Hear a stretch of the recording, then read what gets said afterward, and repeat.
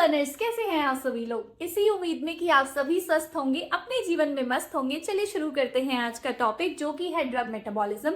This particular topic is in the continuation of the topic that we discussed in the last class. तो last class में हमने पढ़ा था कि drug metabolism क्या होता है, इसकी बॉडी को जरूरत क्यों है, या ड्रग्स को मेटाबोलाइज होने की जरूरत क्यों है, और ये दो फेजेस में होता है, that is phase 1 and phase 2। ठीक है, अगर drug metabolism specifically without the phases अगर आपको डिटेल में पढ़ना है, that makes the concept of your medicinal chemistry basically the base.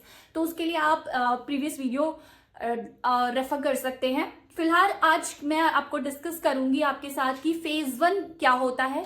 In phase 1 को हम डिटेल में डिस्कस करेंगे कि इसमें कौन कौन सी रिएक्शंस आती हैं and what it does to the drug. Okay, तो देखिए फेज 1 एक पहला फेज है, obviously as the name suggest phase 1। तो फेज 1 ड्रग मेटाबॉलिज्म का जो फेज है, इसको फंक्शनलाइजेशन भी कहा जाता है, फंक्शनलाइजेशन भी कहा जाता है।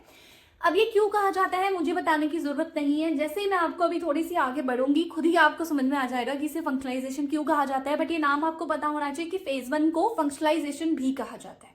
देखिए फेज 1 आपका इन दोनों में से एक काम करता है, या फिर हो सकता है कि एट अ टाइम दोनों काम कर रहा हो। वो क्या काम है? पहला, the introduction of functional group. जो आपका ड्रग मॉलिक्यूल है जो आपने बॉडी में दिया है, वो अगर मेटाबोलाइज होने जब गया प्राइमरी साइट लीवर में, हालांकि और साइट्स भी होती हैं जैसे मैंने बताया, but the primary site is liver.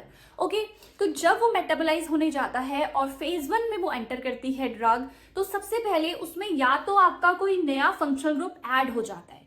Functional group specifically किस टाइप के? जैसे कि OH hydroxyl group, SH thiol group, NH2 amino group, COOH carboxyl group. ठीक है, या तो इन फंक्शनल ग्रुप्स का एडिशन होता है, या फिर अनमास्किंग ऑफ फंक्शनल ग्रुप, यानी कि ये ग्रुप ऑलरेडी प्रेजेंट होते हैं आपके ड्रग मॉलिक्यूल में, लेकिन वो मास्क्ड फॉर्म में होते हैं। मास्क्ड फॉर्म मतलब यस, नकाब, वो अभी एक्सपोज्ड फॉर्म में नहीं है। अब वो उनको अनमास्किंग करना किसका काम है? आपके फेज 1 का काम है। अब भाई अनमास्किंग करने की जरूरत पड़ रही है, ऑलरेडी हमें उन ग्रुप की जरूरत थी, बट वो मॉलिक्यूल मास्क्ड फॉर्म में है, बाद में फेज 1 के थ्रू अनमास्किंग करने की जरूरत पड़ रही है, फंक्शनल ग्रुप्स की अनमास्किंग करने की जरूरत पड़ रही है, तो इनको मास्क करने की जरूरत ही क्यों थी? ये सवाल आपके ध्यान में आना चाहिए। देखिए अनमास्किंग की जरूरत ये थी कि कभी कभी कुछ ग्रुप्स, इनमें से कोई जैसे OH, SH, NH2 carboxyl group जो भी हैं, ये पोलैरिटी को इंक्रीज करते हैं। कभी कभी ये ग्रुप किसी पर्टिकुलर ड्रग मॉलिक्यूल में होने की वजह से इरिटेशन कॉज करते हैं अगर डायरेक्ट कॉन्टैक्ट में आते हैं, या फिर आपकी एब्जॉर्प्शन को रिड्यूस करते हैं, या फिर लिपोफिलिसिटी को घटाते हैं, या फिर ड्रग की स्टेबिलिटी को घटाते हैं। ठीक है, अगर ड्रग मॉलिक्यूल में इनके प्रेजेंस की वजह से ये प्रॉब्लम आ रही होती है, तो हम क्या करते हैं, कुछ ब्लॉकिंग ग्रुप्स की हेल्प से इन ग्रुप्स को टेम्पररी ब्लॉक कर देते हैं। ये अपना काम कर लेती हैं, और जब ये ड्रग मेटाबॉलिज्म में आती हैं और फेज 1 में आती हैं, जब इनकी जरूरत हमें पड़ती है, तब फेज 1 इसको क्या कर देता है? अनमास्क कर देता है, यानी कि एक्सपोज कर देता है, और फिर ये अपना काम कर सकती हैं। तो देखिए जो फेज 1 है वो दो काम करता है, या तो introduction of new functional groups जो मैंने आपको नाम बताए, या फिर unmasking of those functional groups. ठीक है, ये दो काम आपका फेज 1 करता है। अब ये तो देखिए जो फेज 1 है वो ये काम तो करता है, इन कामों से होता क्या है बेसिकली, ये जो फेज 1 है, मैंने आपको लास्ट क्लास में भी ये डिस्कस किया था, फेज 1 जो है वो आपके ड्रग को रेडी करती है, केमिकली एक्टिवेट करती है to for the phase 2। Phase 2 तभी ड्रग मॉलिक्यूल में काम कर पाएगा जब उसमें फेज 1 में से इनमें से कुछ हो चुका है, यानी कि उसमें फेज 1 चल चुकी है और इधर ये उसमें हो गया है या फिर ये हो गया, यानी कि ये कुछ जो फंक्शनल ग्रुप्स के नाम मैंने लिए वो उसमें आ चुके हैं, क्योंकि वही फंक्शनल ग्रुप आपके केमिकल हैंडल्स की तरह काम करते हैं फेज 2 के लिए, और फेज 2 उन केमिकल हैंडल्स में के थ्रू पूरे ड्रग मॉलिक्यूल में वर्क करती है, और फिर फेज 2 चलती है। ओके, तो ये काम होता है फेज 1 का। अब ये तो था कि इसका बेसिकली फंक्शन क्या है फेज 1 का। अब ये जो काम करती है, ये दो काम जो है इसके, वो करती कैसे है? ठीक है, ये पूरा मैकेनिज्म क्या है, बेसिकली किस रिएक्शंस के थ्रू करती है, आइए इसको डिटेल में पढ़ते हैं। देखिए ये जो काम होता है वो 3 रिएक्शंस की हेल्प से होता है, एक तो ऑक्सीडेशन, रिडक्शन, तीसरा हाइड्रोलिसिस। ठीक है, एक एक करके इनको डिटेल में पढ़ेंगे। सबसे पहले मैं आपके साथ डिस्कस करना चाहूंगी ऑक्सीडेशन। ठीक है, सबसे पहले and the most important, yes most important है ऑक्सीडेशन। क्यों है अभी धीरे धीरे मैं आपको बताऊंगी। सबसे पहले आप ये जानें कि जो ऑक्सीडेशन होता है, अगर किसी भी ड्रग मॉलिक्यूल में फेज 1 में हो गई और ऑक्सीडेशन के थ्रू मेटाबोलाइज हो रही है, तो वो इस एंजाइम सिस्टम यानी कि साइटोक्रोम P450 एंजाइम सिस्टम होता है ये पूरा, इसके अंदर मल्टीपल एंजाइम्स होते हैं। इस एंजाइम सिस्टम के थ्रू बेसिकली मेटाबोलाइज होती है, क्योंकि क्या मेटाबॉलिज्म जो है आपका, drug metabolism is enzymatic biochemical conversion है। एंजाइम्स तो हर बार आपको एंजाइम्स की जरूरत तो पड़ेगी ही, चाहे वो ऑक्सीडेशन हो, रिडक्शन हो, हाइड्रोलिसिस हो। ऑक्सीडेशन में जरूरत पड़ती है साइटोक्रोम P450 यानी कि सिप 450 एंजाइम सिस्टम के नाम से भी जाना जाता है। ये पाया जाता है आपके लीवर के स्मूथ एंडोप्लाज्मिक रेटिकुलम में, ठीक है। तो इस एंजाइम के हेल्प से ये रिएक्शंस होती हैं। ये करता क्या है, आपकी रिएक्शन आपके ड्रग मॉलिक्यूल को बेसिकली ऑक्सीडाइज करता है, क्योंकि आपको पता है ऑक्सीडेशन रिएक्शन है तो वो क्या करेगी, मॉलिक्यूल को ऑक्सीडाइज करेगी, ठीक है। देखिए ऑक्सीडेशन कब कब होता है आपको ये पता भी होगा, मैं आपको बता देती हूँ। अगर ऑक्सीजन ग्रुप इंट्रोड्यूस हो रहा है दैट इज ऑक्सीडेशन, यानी कि ऑक्सीजन हाइड्रोजन आपका मॉलिक्यूल से हट रहा है दैट इज ऑल्सो ऑक्सीडेशन। अगर इलेक्ट्रॉन्स का रिमूवल हो रहा है group say that is also oxidation. इसके बाद आप ये नहीं कहेंगे कि अगर ऑक्सीडेशन में ऑक्सीजन नहीं लगा है तो ये तो ऑक्सीडेशन नहीं हुआ। देखिए removal of hydrogen and gain of electron is also I am really sorry, the removal of electron is also known as oxidation, वो ऑक्सीडेशन का ही पार्ट है, ठीक है। तो ऑक्सीडेशन को ही पहले डिटेल में पढ़ते हैं। सबसे पहले जो मैं आपको बता दूं कि जो मैक्सिमम ड्रग्स हैं, अराउंड 70% ऑफ दी ड्रग्स जो अगर आपकी फेज 1 में मेटाबोलाइज हो रही हैं तो वो ऑक्सीडेशन के थ्रू मेटाबोलाइज होती है। ऐसा क्यों भाई, ड्रग्स को ऑक्सीडेशन इतना अच्छा क्यों लग रहा है? इसलिए लग रहा है, मैं आपको रीजंस बताती हूँ, उसके रीजन होते हैं। ऑक्सीडेशन मैक्सिमम ड्रग में फेज 1 ऑक्सीडेशन के थ्रू ही इसलिए होती है क्योंकि पहला तो आपकी बॉडी अगर नॉर्मल कंडीशंस में है तो बॉडी में चाहे टिश्यूज में और सेल्स में ऑक्सीजन की अबेंडेंस है। ऑक्सीडेशन के लिए ऑक्सीजन तो चाहिएगा ही, तो ऑक्सीजन की अबेंडेंस है। दूसरा ऑक्सीडेशन के लिए चाहिए होता है ये enzyme that is cytochrome P450। देखिए ये जो एंजाइम है ये आपका लीवर में पाया जाता है स्मूथ एंडोप्लाज्मिक रेटिकुलम में, एज आई टोल्ड। दूसरा ये है कि ये एक एंजाइम ऐसा है जो वर्सेटाइल है। वर्सेटाइल का मतलब है कि अलग अलग ड्रग स्ट्रक्चर्स पे ये काम कर सकता है, ठीक है। तीसरा रीजन ये कि ऑक्सीडेशन के लिए और इन एंजाइम्स के लिए लिपोफिलिक ड्रग्स जो होती हैं वो बेस्ट सबस्ट्रेट है, मींस आइडियल सबस्ट्रेट है। तो ऑब्वियसली ये जो पूरा हमें काम करवाना है वो लिपोफिलिक ड्रग्स में ही तो करवाना है, जो ज्यादा लिपोफिलिक है उन्हीं को हाइड्रोफिलिक या सॉल्यूबल, वाटर सॉल्यूबल या पोलर बनाने के लिए तो ये सारा काम हो रहा है। और ऑक्सीडेशन और या ये पर्टिकुलर एंजाइम जो साइटोक्रोम P450 है जो कि ऑक्सीडेशन में काम आता है, उसके लिए लिपोफिलिक ड्रग्स जो होती हैं वो आइडियल सबस्ट्रेट होती हैं। तो यही 3 रीजन है कि ऑक्सीडेशन मैक्सिमम ड्रग्स में आपका क्या होता है, ऑक्सीडेशन होता है फेज 1 में, ओके। अब देखिए ऑक्सीडेशन होने की अलग अलग तरीके हैं, क्योंकि मैंने आपको बताया gain of oxygen, removal of electrons and removal of hydrogen, तीनों ही ऑक्सीडेशन होते हैं। तो ये ऑक्सीडेशन अलग अलग रूट से, अलग अलग मोड से होता है, ये मान लीजिए। और वो क्या है, देखिए ऑक्सीडेशन आपके हाइड्रोक्सिलेशन के थ्रू हो सकता है।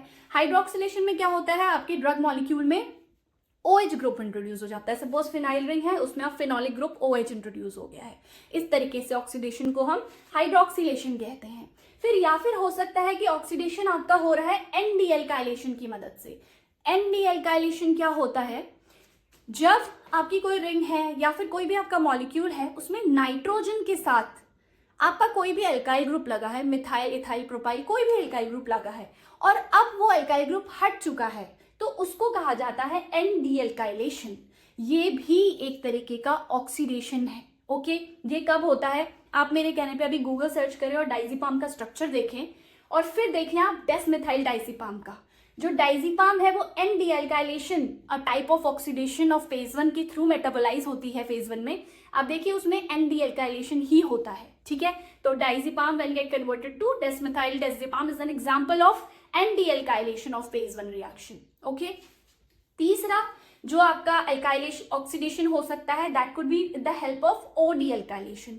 ओ D alkylation is also an example of oxidation. इसमें क्या होता है कि आपके ऑक्सीजन में पहले कोई अल्काइल ग्रुप लगा हुआ है और अब ऑक्सीजन से अल्काइल ग्रुप हट जब जाता है तो उसको कहा जाता है OD alkylation. It is again an example और it's an part of oxidation. ये कब होता है? अगेन आप गूगल सर्च करें, कोडीन का स्ट्रक्चर देखें, देन मॉर्फिन का स्ट्रक्चर देखें, आप देखेंगे कि कोडीन और मॉर्फिन, कोडीन जब मॉर्फिन में कन्वर्ट होता है फेज 1 में, ड्रग मेटाबॉलिज्म के फेज 1 में, तो उसमें ओ डी अल्काइलेशन ही होती है। ठीक है, ऑक्सीजन में पहले कोडीन में ऑक्सीजन के साथ मिथाइल ग्रुप होता है, मॉर्फिन में आप देखेंगे कि वो मिथाइल ग्रुप हट चुका है। ठीक है, फिर जो आपका ऑक्सीडेशन एक तरीके से और हो सकता है, दैट इज ऑक्सीडेटिव डीएमिनेशन।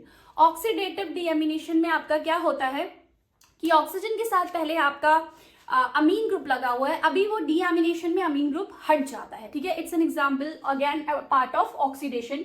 ये आपका होता है जब डोपामीन आपका डोपाल में कन्वर्ट होता है। जो एग्जाम्पल मैंने बताए हैं आपको, आप एक बार जरूर इनके स्ट्रक्चर गूगल करें और देखें कि सच में ये रिएक्शन ऐसे ही हो रही है कि नहीं।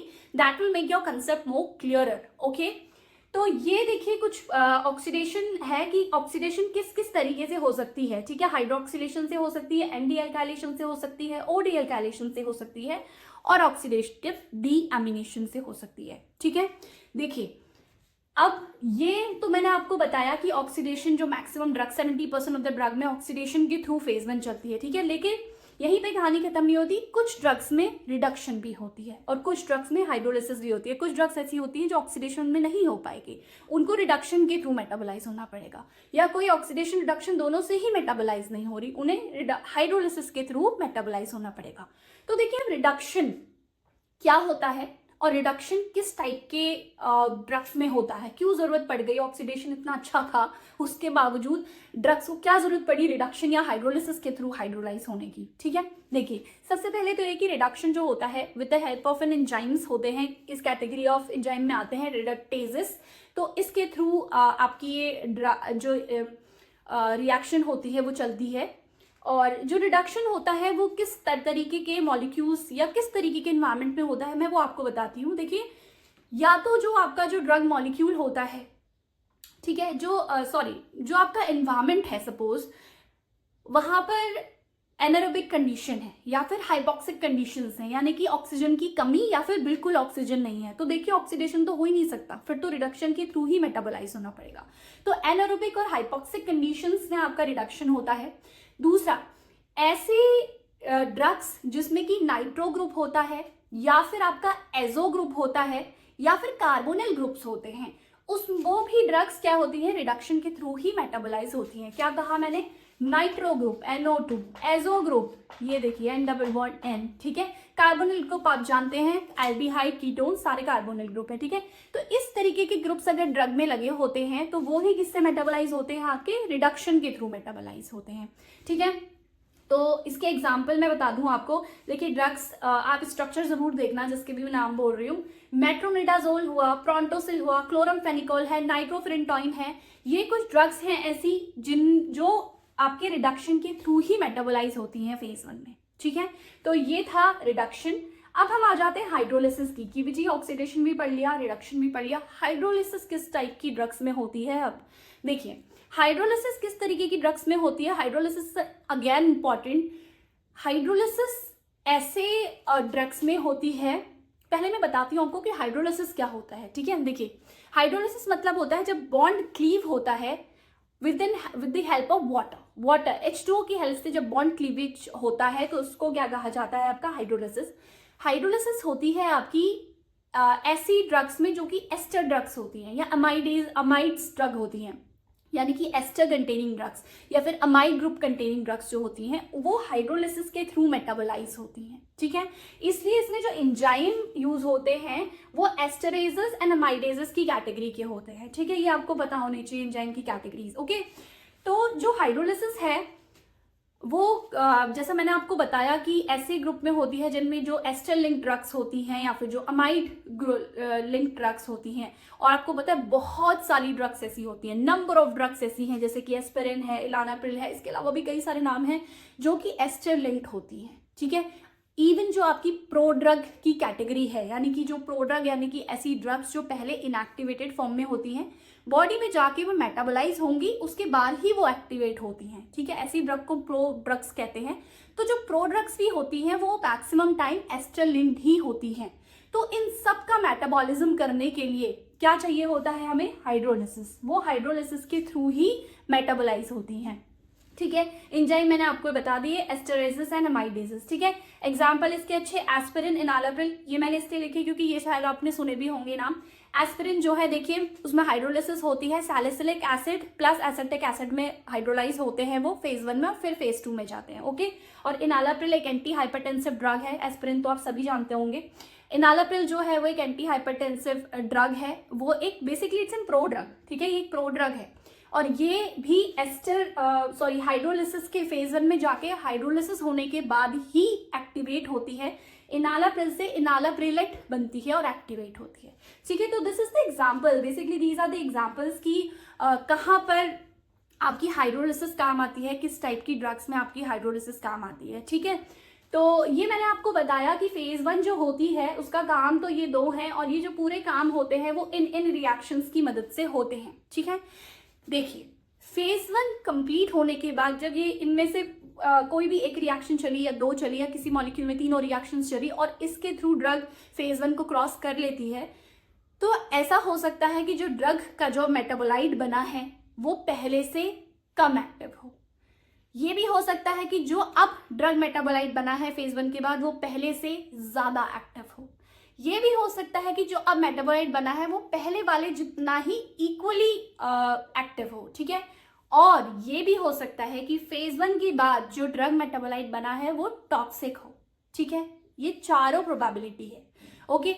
फेज 1 कंप्लीट होने के बाद कोई भी ड्रग हो वो स्लाइटली पोलर होती है, बहुत ज्यादा पोलैरिटी फेज 1 के बाद नहीं आती है, इसीलिए जरूरत पड़ती है फेज 2 में जाने की। लेकिन इनमें से कुछ रिएक्शन जैसे कि ऑक्सीडेशन हुआ, हाइड्रोलिसिस हुआ, ये आपके ड्रग मॉलिक्यूल को स्लाइटली पोलर कर देते हैं, ठीक है। तो ये होता है आपका जब ड्रग में फेज 1 कंप्लीट हो जाती है। Once the phase 1 is completed, now the drug is ready to move on to phase 2, क्योंकि इसमें अब वो केमिकल हैंडल्स आ चुके हैं जो कि जरूरी है आपके फेज 2 में चलने के लिए, ठीक है। अब ये फेज 1 से रेडी होने के बाद फेज 2 में ड्रग का क्या होता है और फाइनली ड्रग कैसे इतनी वाटर सोल्यूबल या पोलर बन जाती है कि वो एलिमिनेट हो जाती है बॉडी से इजीली, वो हम पढ़ेंगे नेक्स्ट वीडियो में, ठीक है। और जैसे कि मैं हमेशा बताती हूँ कि जो भी मैं आपको यहाँ पर बता रही हूँ इसके जो रिलेटेड नोट्स हैं in the expanded but in the simplest language, आपको वीडियो के डिस्क्रिप्शन बॉक्स में लिंक को आप चेक करें, वहाँ पे आपको वीडियो मिल जाएगा। साथ के साथ ही आपको क्वेश्चंस मिलेंगे सॉल्व करने के लिए, स्पेशली जो बच्चे एंटम एग्जामिनेशन के लिए तैयारी कर रहे हैं, ठीक है। बी फार्म 4th सेम वाले, उन्हें पता है कि क्वेश्चंस आएंगे एग्जाम्स में, तो वो इंपॉर्टेंट क्वेश्चन जो एग्जाम में पूछे जाते हैं वो भी साथ के साथ नोट्स खत्म होने के बाद लगे हुए हैं। और साथ ही आपको मिलेंगे रिलेटेड टॉपिक से MCQs, ठीक है। वो MCQs बहुत इंपॉर्टेंट है उन बच्चों के लिए भी जो कि यूनिवर्सिटी एग्जाम के लिए प्रिपेयर कर रहे हैं या कॉलेज एग्जाम के लिए प्रिपेयर कर रहे हैं, या फिर जो फिर competitive exam such as GPAT and other exams that basically include the medicinal chemistry in it, उसके लिए भी बहुत इंपॉर्टेंट है। आप उनको सॉल्व करें, आंसर की लास्ट में लगी हुई है, पहले आप उन्हें खुद सॉल्व करके सेल्फ असेसमेंट करें, उसके बाद ही आंसर की में मूव करें, ठीक है। तो आई होप आज का वीडियो आपको पसंद आया होगा। अगर ऐसा है तो वीडियो को करें लाइक, चैनल को करें सब्सक्राइब और मुझे दीजिए इजाजत। हम फिर मिलेंगे नेक्स्ट वीडियो में, तब तक के लिए बाय बाय।